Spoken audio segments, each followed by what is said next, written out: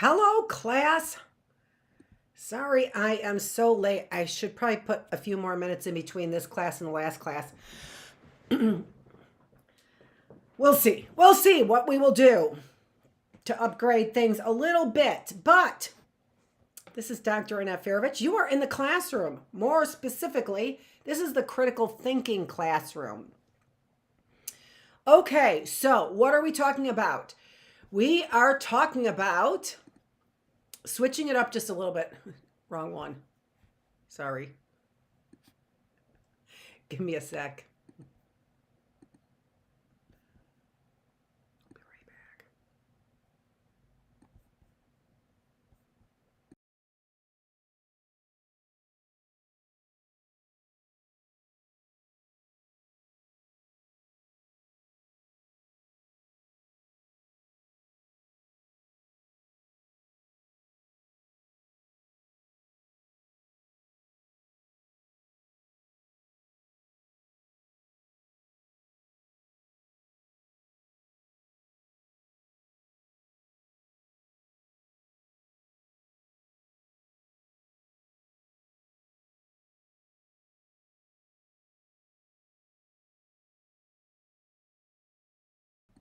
All right, there we go. So today, that was our bookless classroom, what we were talking about there in the bookless classroom. So that amounted to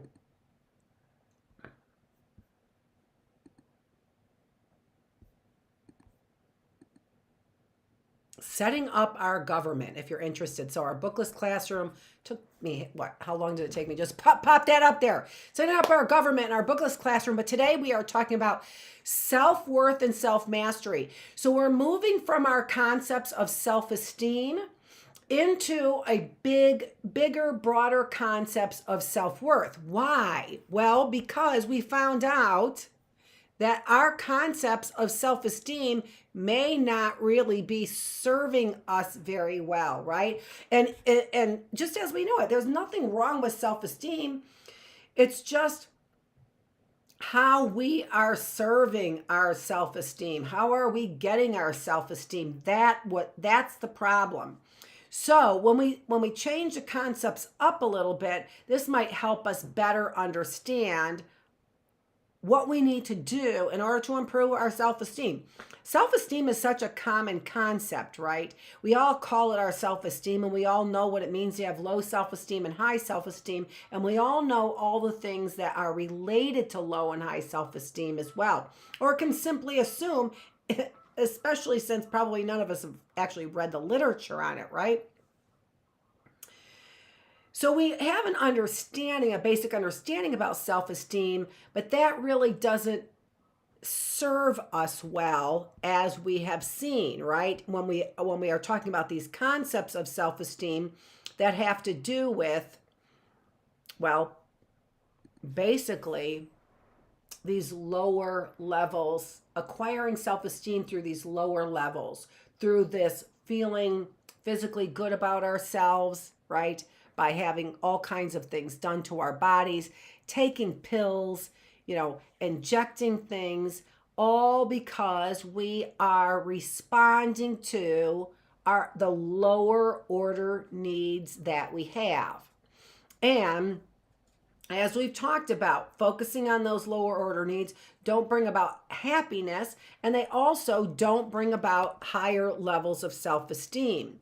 Because what we're working for, whatever we're working for, contributes to our self-esteem. When we're working for nothing and we're just given everything, as we've heard, right? What ends up it does not give us true self-esteem.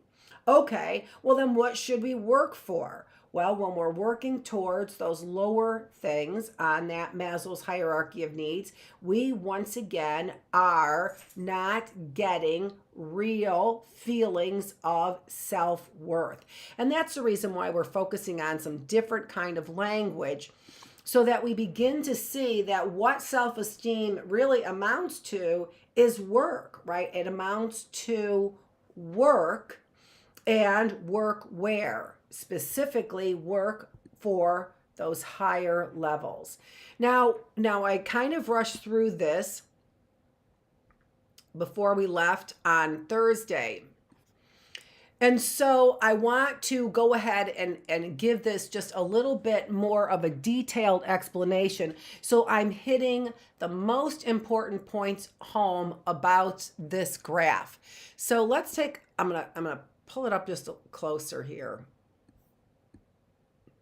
You can see what we're measuring as we're measuring here grade point average. That is on the vertical axis is our outcome of interest. That is our grade point average. Is our grade point average improving? And we've looked at two groups at two different times. No, I'm sorry. No, not at two, well, at two different times, but that amounted to across 2 years. So those term 1, term 2, term 3, term 4 are basically the school year is what you're looking at, okay? So term 1 school year and then the second school year. And they're basically the same data just represented in two different ways. And again, what are we looking at? We're interested in the grade point average. Again, we can see that grade point average listed there to the left of the graph.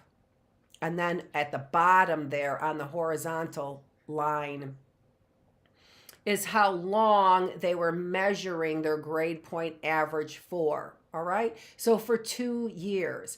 And the differences between that we're looking at is between the top line there, which is the solid line there, and then the gray dashed line that is below it. We can see that grade point average is greater for those that we measured in the black line compared to the gray line. So their grade point average was higher.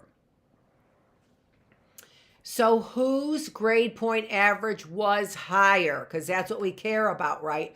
Whose grade point average was higher? It was higher for those individuals who had self-esteem, higher self-esteem. Grade point average was higher for individuals who had higher levels of self-esteem. Who had higher levels of self-esteem? Out of those two groups, who was the group? How did we define that group that had higher levels of self-esteem? That black line. Those individuals were individuals who had written stories that were affirming their real talents, right? So think about it this way. Often in school, we are asked to produce written work, verbally express, get right answers on papers, get A grades.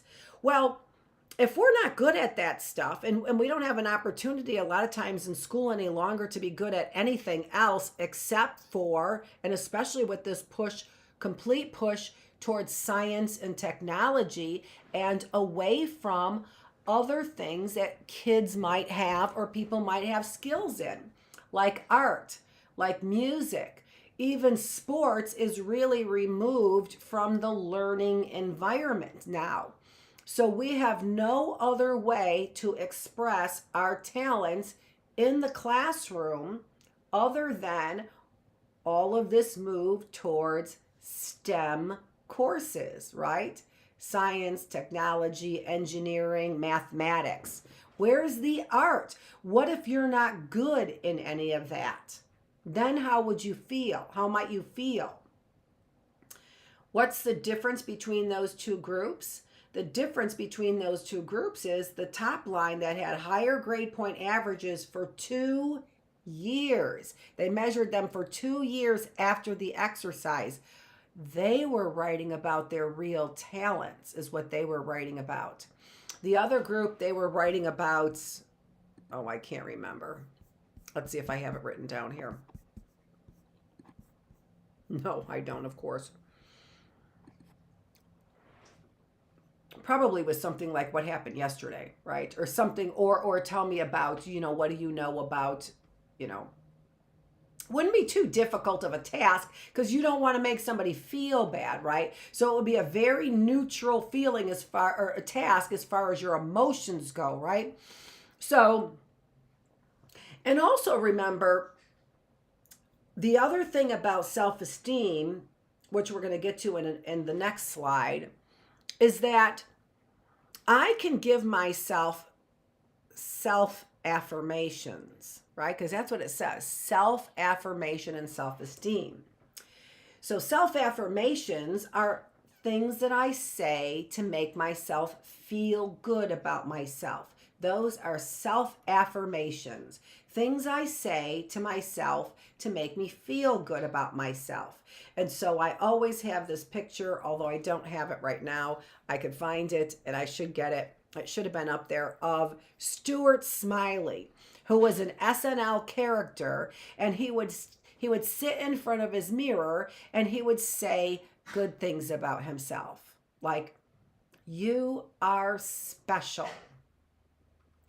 You know so many things. People like you. You are likable. Well, all of those things, right? You're going to have a great day today. Why? Because you are a great person. Well, all of those things are good things to feel about yourself, right? To help boost your self-esteem. But again, if they aren't built in something that is true, if it's not built on real true talents, then just saying you're a really great person, sitting in the mirror and saying things like you're a really great person, and you're going to have a really great day, and thank goodness for you because you are special, right?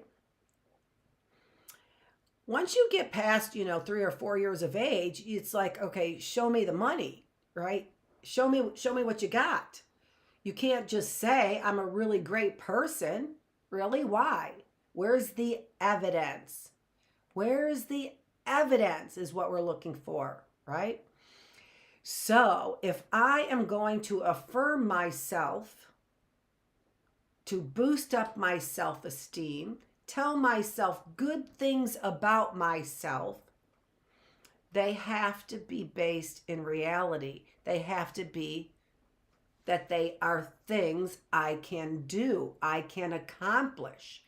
And that's the difference between people who had higher grade point averages. Did they test their self-esteem? Yes. But self-esteem can be tested and fluctuate and go up and down.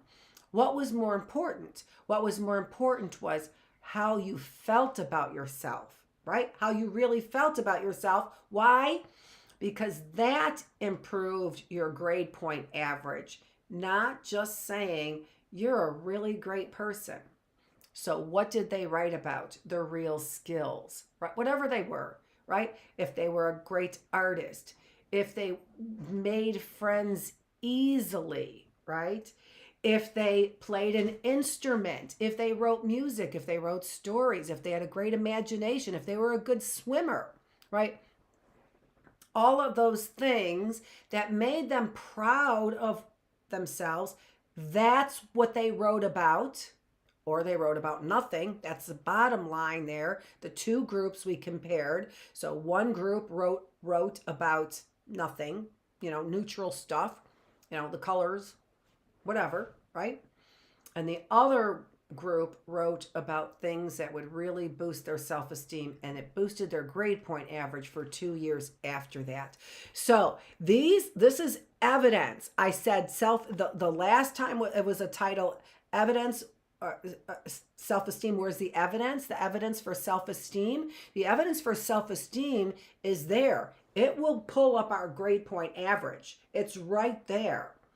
But what kind of self-esteem are you developing? That's the real question. Okay.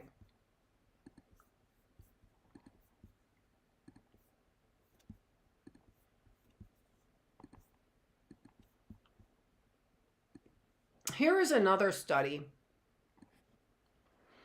In this study, the study is there on the left, and then I've got what is called a self-worth scale there on the right. So let's take a look at, I need to get a drink of water here. Let me get my water. I'll be right back. You can take a look at that, and I'll be right back.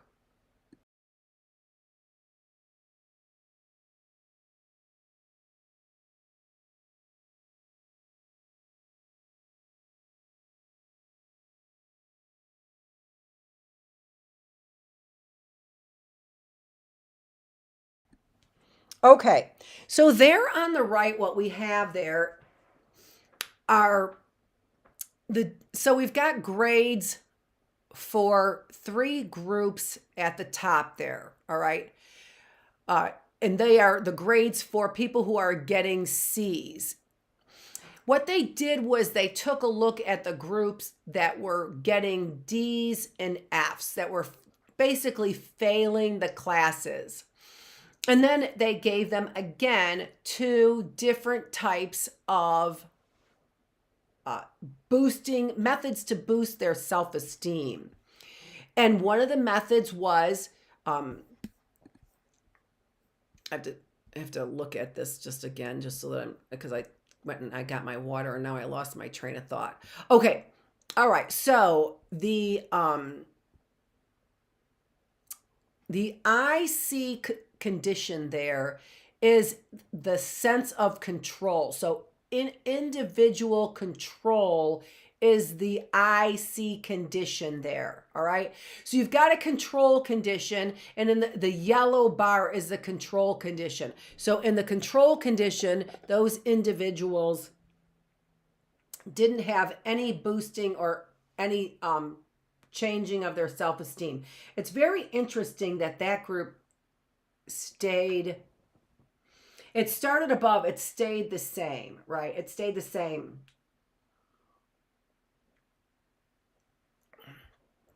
Then what they did was they divided the group into a group that had a sense of control, individual control. That is the blue line, giving them a sense of control. The red line there was the self-esteem condition. And the self-esteem condition, what they did was our traditional ways that we typically increase self-esteem. Telling people, you're good, that's okay, no problem, you'll have a better day tomorrow. Those traditional ways that we increase self-esteem. That's the self-esteem group, that's the red line.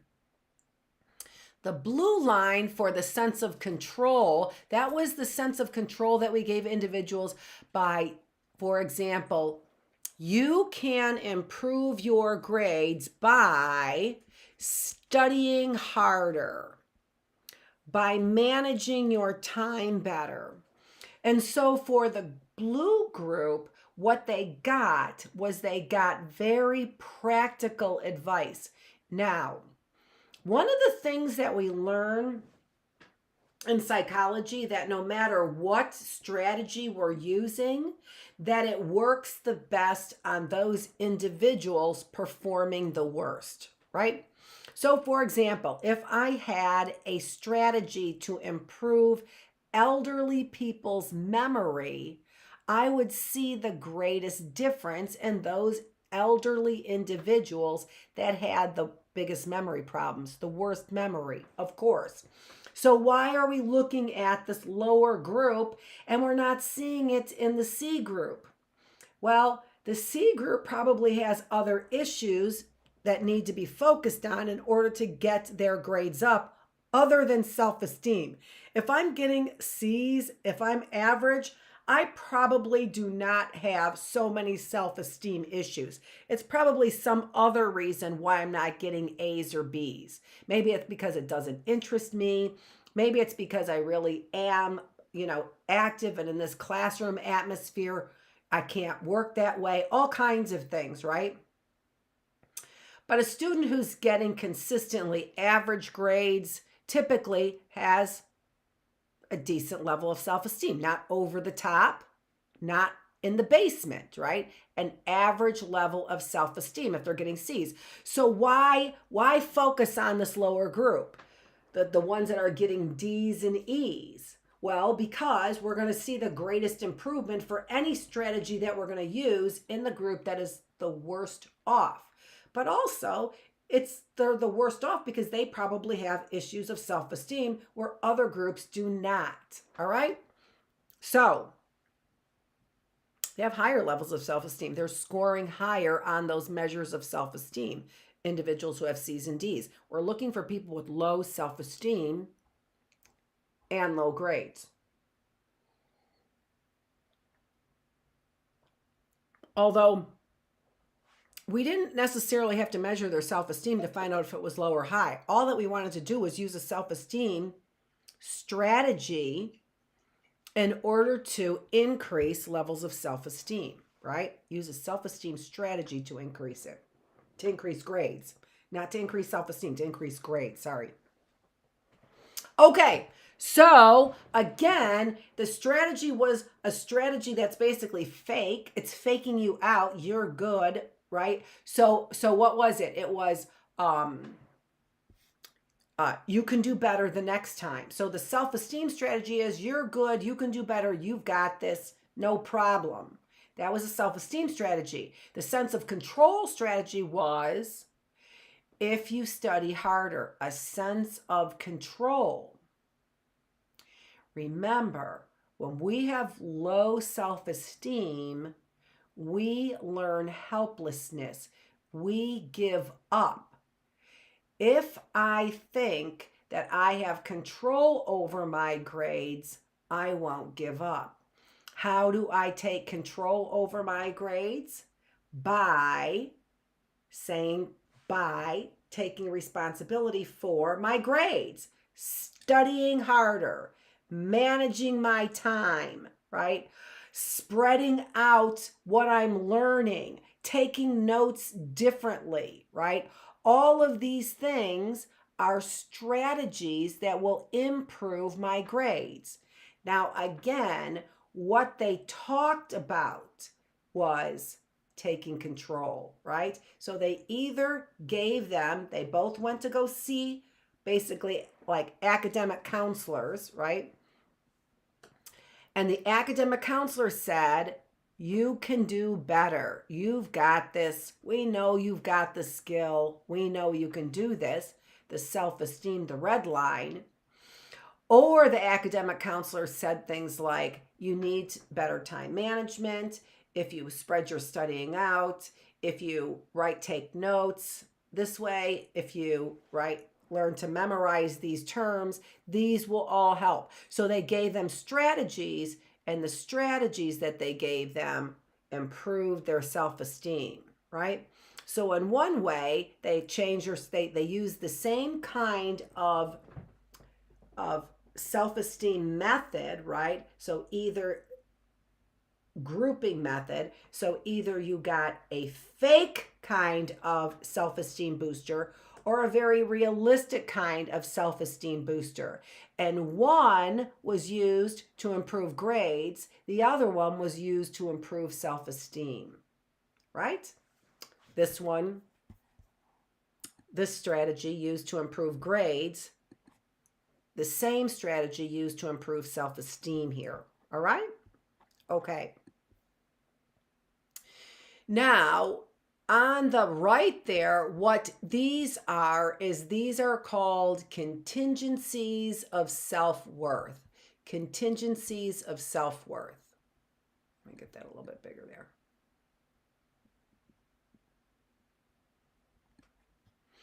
And not a very good copy of it, but that's the copy that I had. And so I just plopped it up there. So what are contingencies of self-worth? They are, so when we're talking about self-worth, I like to talk about it as a broader picture of self-esteem, right? A bigger picture of our self-esteem. And so when we say contingency, it means our self-esteem is based on these things. I will have self-esteem if I have these things, all right? But in this case, it's self-worth, which is a larger sort of picture of self-esteem.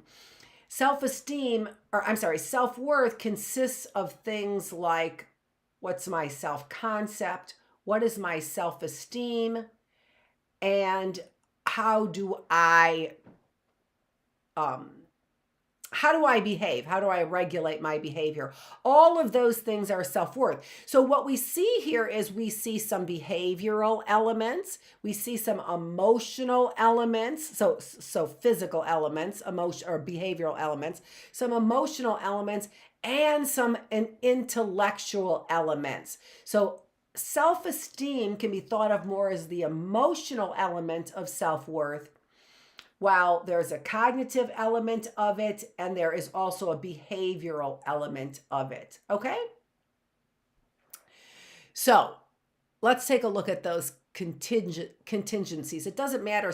You'll see each one of these as examples of each one of those things. My feelings about myself, my thoughts about myself, and then my behaviors about myself. The first one, approval of others. I don't care what other people think about me, or I can't respect myself if others don't respect me.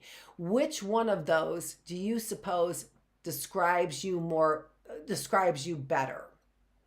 Appearance. My self-esteem does not depend on whether or not I feel attractive.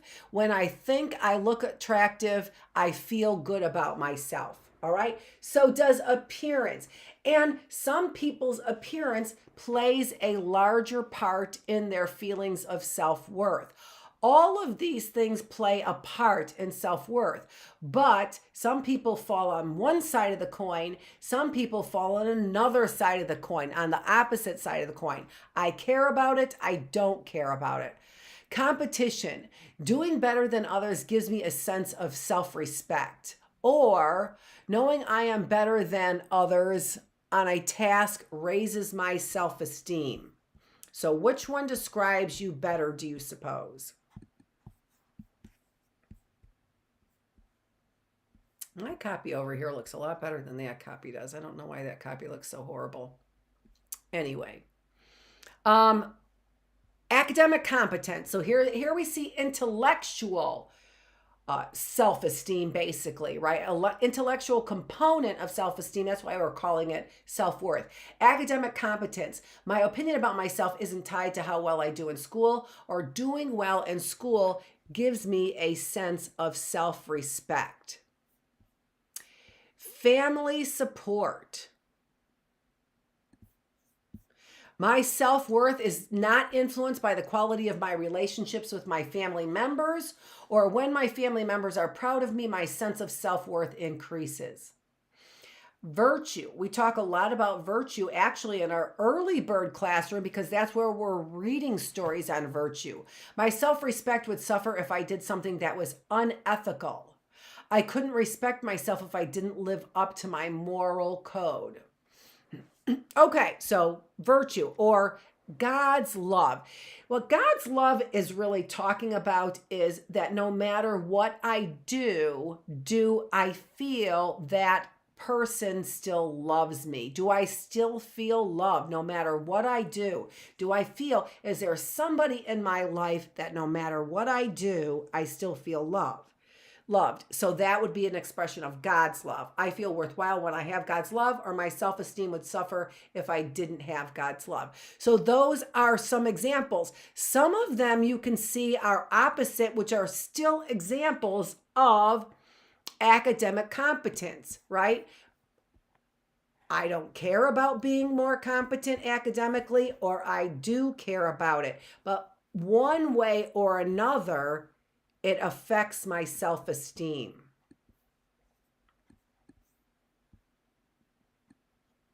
Okay, so just different ways. You can still talk about it like self-esteem, but we know that so many people have so many differing opinions about it.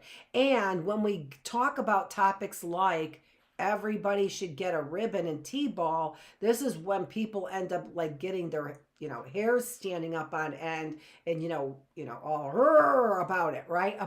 And this is all about self-esteem. So when we start changing our perspective, we can still call it self-esteem, but have a better understanding of what we're talking about.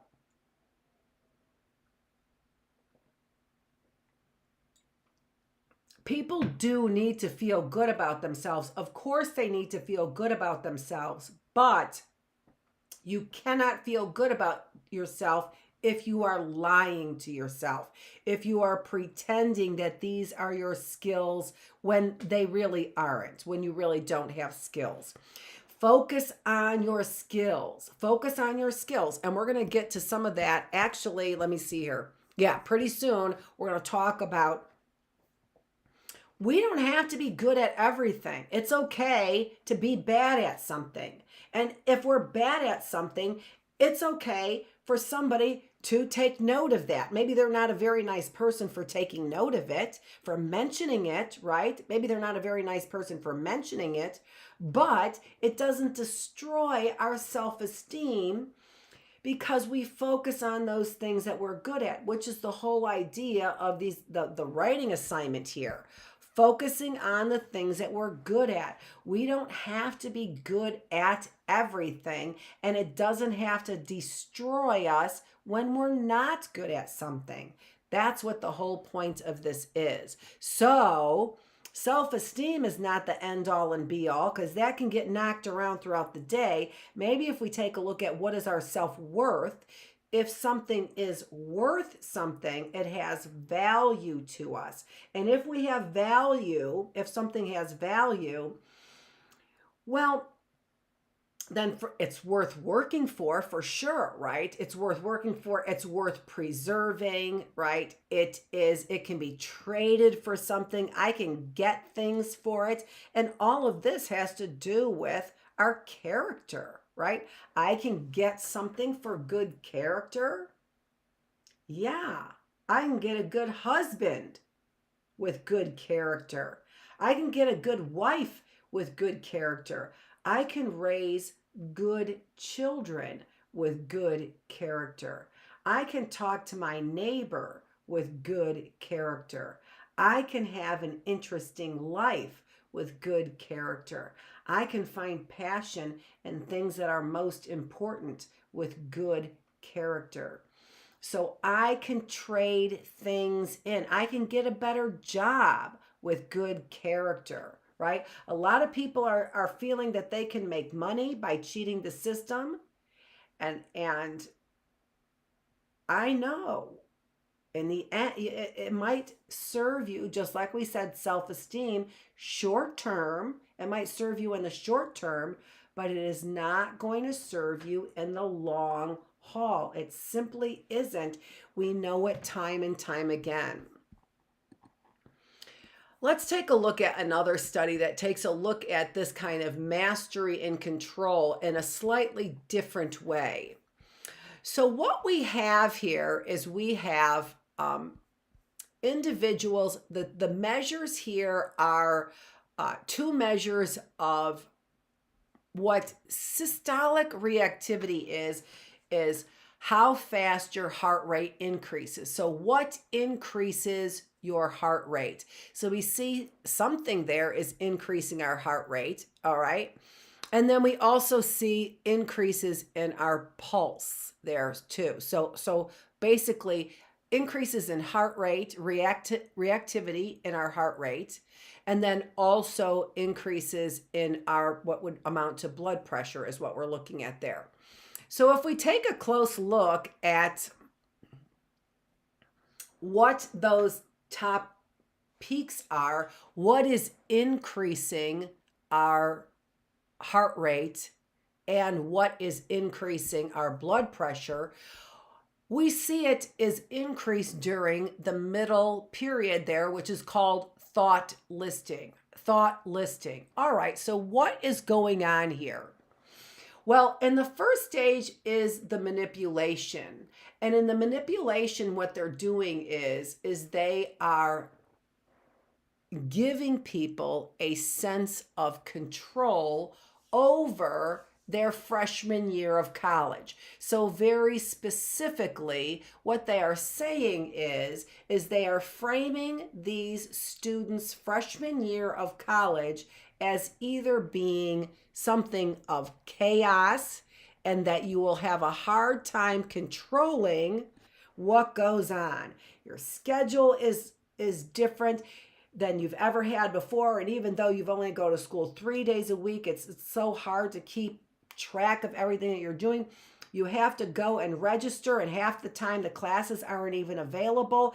Then when you do get to the class that you finally want, you've got to go to school 5 days a week instead of the 3 days a week. I don't know when I'm supposed to work during that time, and I don't like the teacher. So framing freshman year of college that way which seems very uncontrollable, right? I'm going to have a hard time controlling things if I can't get to work, if I can't get the schedule I want, if I can't get the teacher that I like. I'm going to feel like I don't have control over things, right?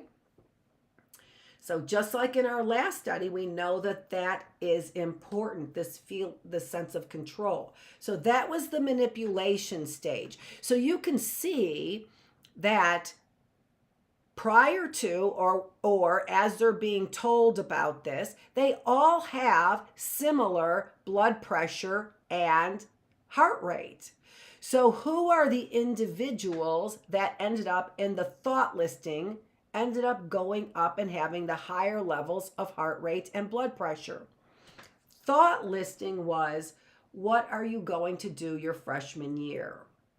Now, if I thought my freshman year of college was going to be crazy and chaotic, just like they're telling us life is right now, they're keeping us thinking life is crazy and chaotic, and it is, and they're making it that way.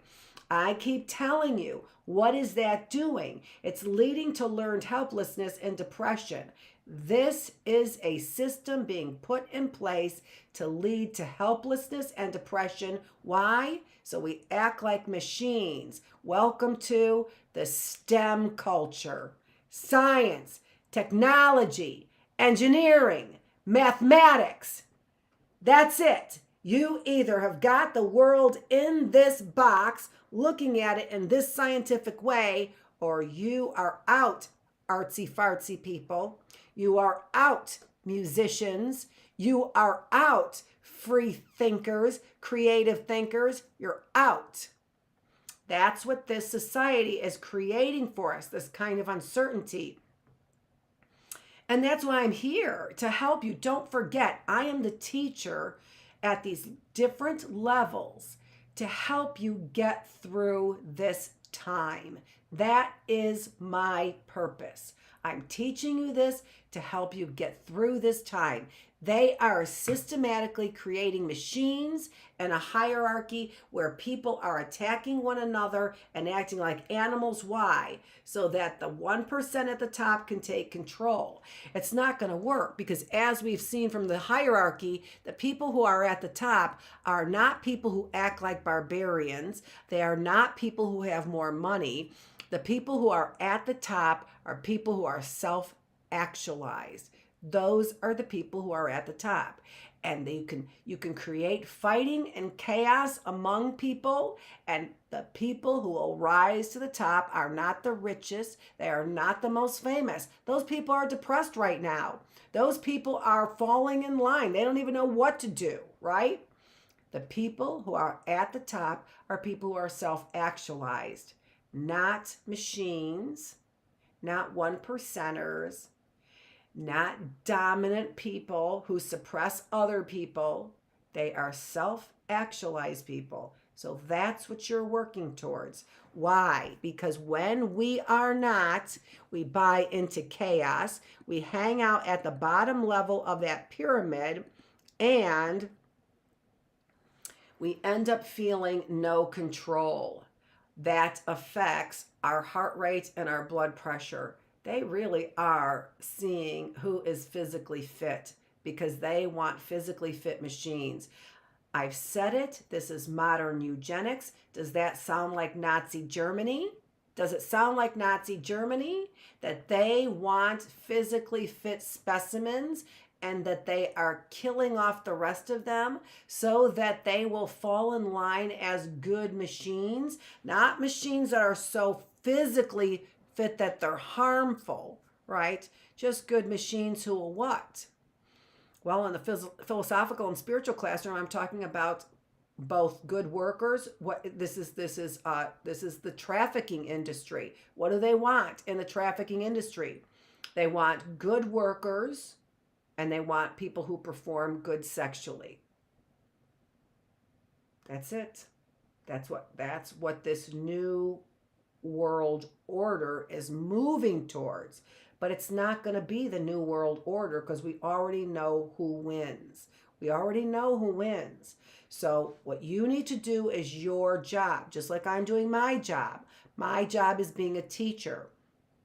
So despite all the pressures to act this way or to check my behavior or to make sure that I am, I've had people looking like cops, so violating my Fourth Amendment. We're talking about that. Literally, I have had probably every single amendment violated recently that I've noted, including illegal searches in my house. Based on what? Based on information that they are getting from people that they know have the word I'm thinking of is nefarious purposes. So they're just they don't want any good, right? They are people who have bad intentions is what they have, creating this chaos. So I have seen this all firsthand. In order to what? In order to measure my ability to maintain control in the face of this nonsense. And in doing so, it's hard to eliminate that kind of a worker. It's hard to eliminate that kind of a worker.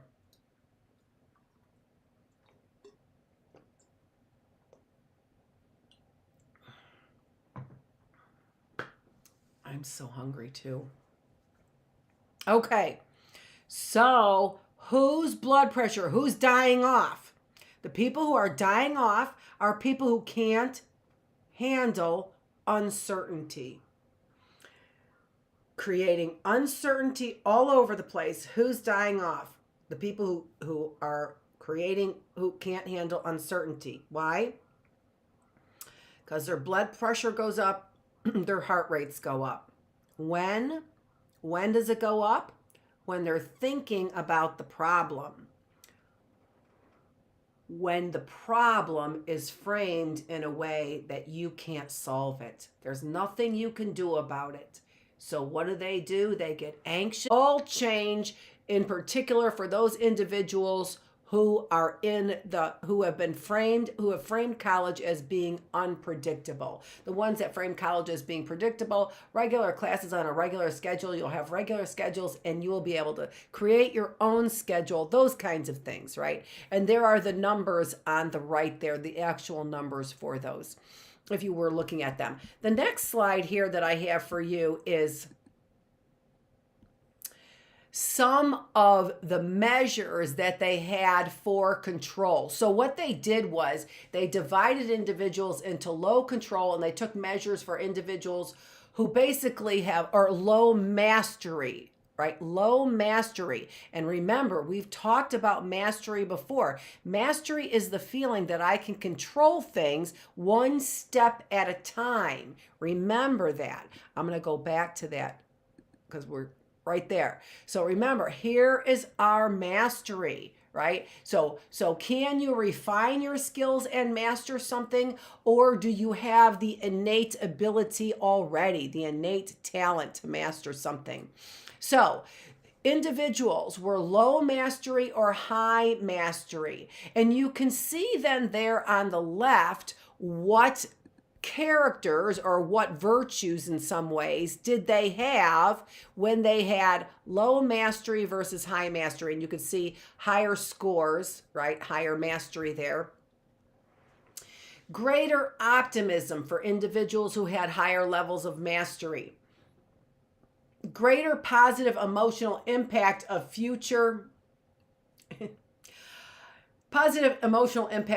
temporal focus. What that is temporal focus is time. So if I'm focusing on the future, I have more positive emotions. I don't know why they don't say that.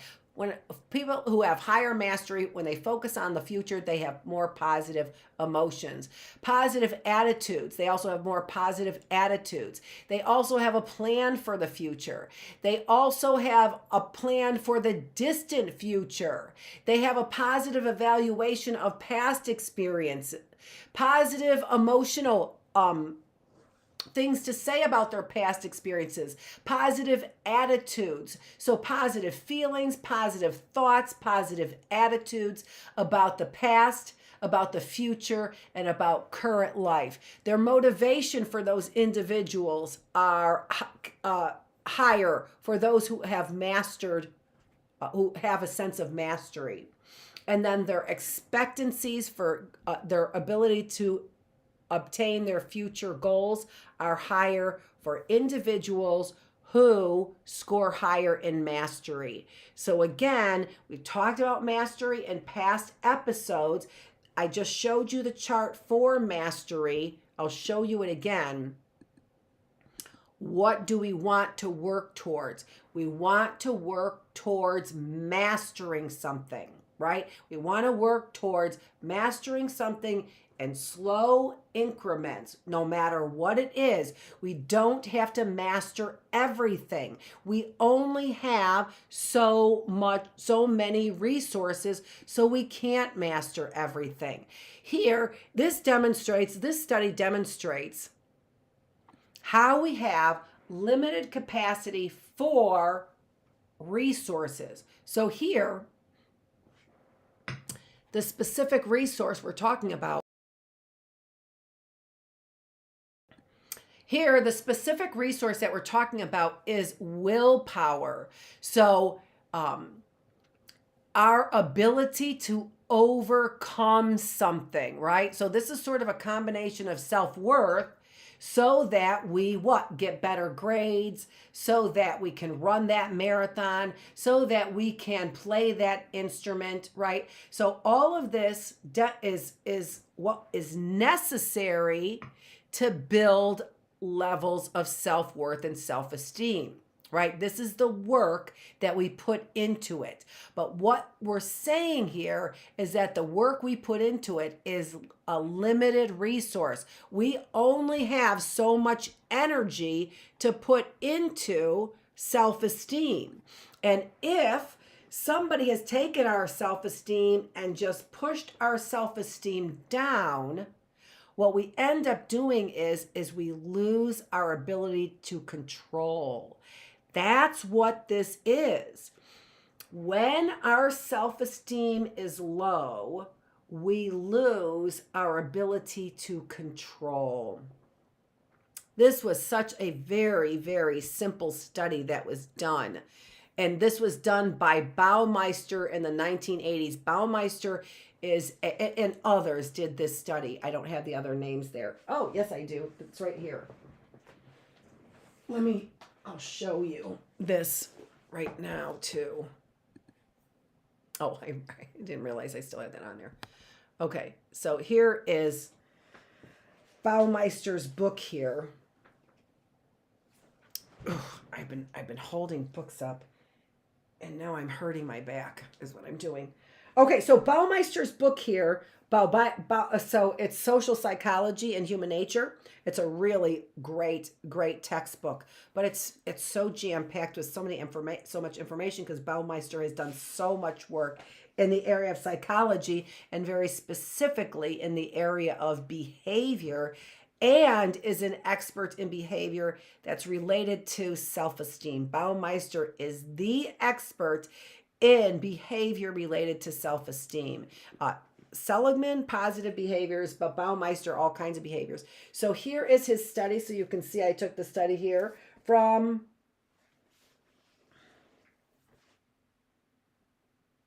all right, we're just saying Baumeister et al. Because I don't think Baumeister, what Baumeister didn't do in the book, and this is why I stopped using the book, was he used footnotes instead of putting the reference right there. So every time he had a study, I had to go back to the references over there to find out who the reference was. He should have those references right there. So that was the thing why I didn't like about your book, Baumeister, sorry.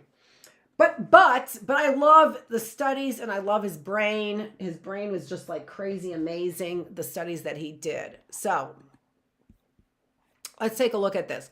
So you can see there we have 3 groups again. So our groups are on the horizontal line, and the measure that we are looking at is on the vertical line. So where we've got the numbers there.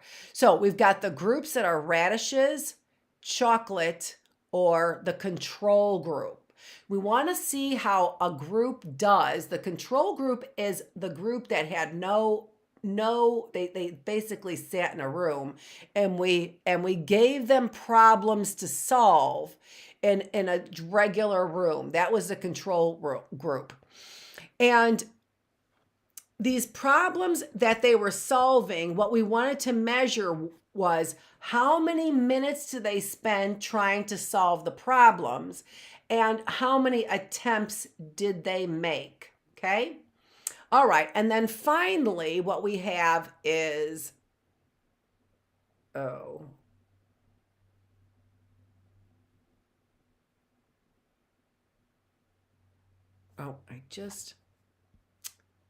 can't believe I undid all that. Darn it. I had some changes on here that I undid. Okay, so what we are talking about is what you had to avoid. No. All right, you know what I'm going to do? You know what? Actually, and no, I'm going to get that right before I leave.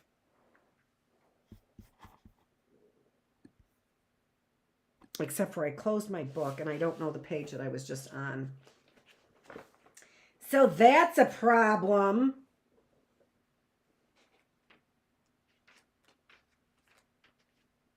But I know I'll be able to find. There it is. Okay. All right. So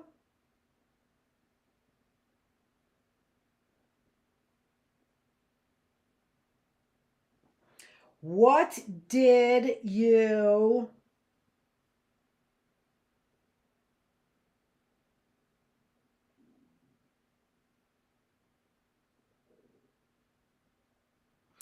have to eat? What did you have to eat? Of course. Duh. All right. That's it. I'm going to end there. What did you have to eat? And you can take a look at that. So individuals were ushered into a room that had the smell of fresh baked chocolate chip cookies. All right. And then what you ended up having to do is you ended up having to either eat radishes or eat chocolate chips. And then you went to the next room, and in the next room, what you did was you had to solve problems. And we are showing how much time individuals spent solving problems when they had to eat radishes and avoid the chocolate chip cookies, despite the strong smell of them filling the room. Okay, all right. Sorry that I had to go back to that. I actually had the note put on there and I deleted the note accidentally for reasons well beyond the scope of this conversation, simply because it's so boring. This is Dr. Annette Feravich, and I am here in the classroom. More specifically, this is the critical thinking classroom, where we are thinking about ourselves, is what we're thinking about. How so? How do we develop ourselves? How do we develop our personalities? That's what we're talking about here. That is the main purpose of this sort of critical thinking classroom. We are thinking about how we are developing ourselves and developing our relationships. So, Dr. Annette Feravich, join me tomorrow where we will come back to this and I will go into more detail. Take a look at it and try and wrap your brain around it. Remember, the bars there are what we were eating. That's what we were eating. I'm going to put that on the slide right now. Thank you. I will be back here at what time? 12:30. I'll be back here at 12:30 for our spiritual classroom. I hope you join me. Thanks.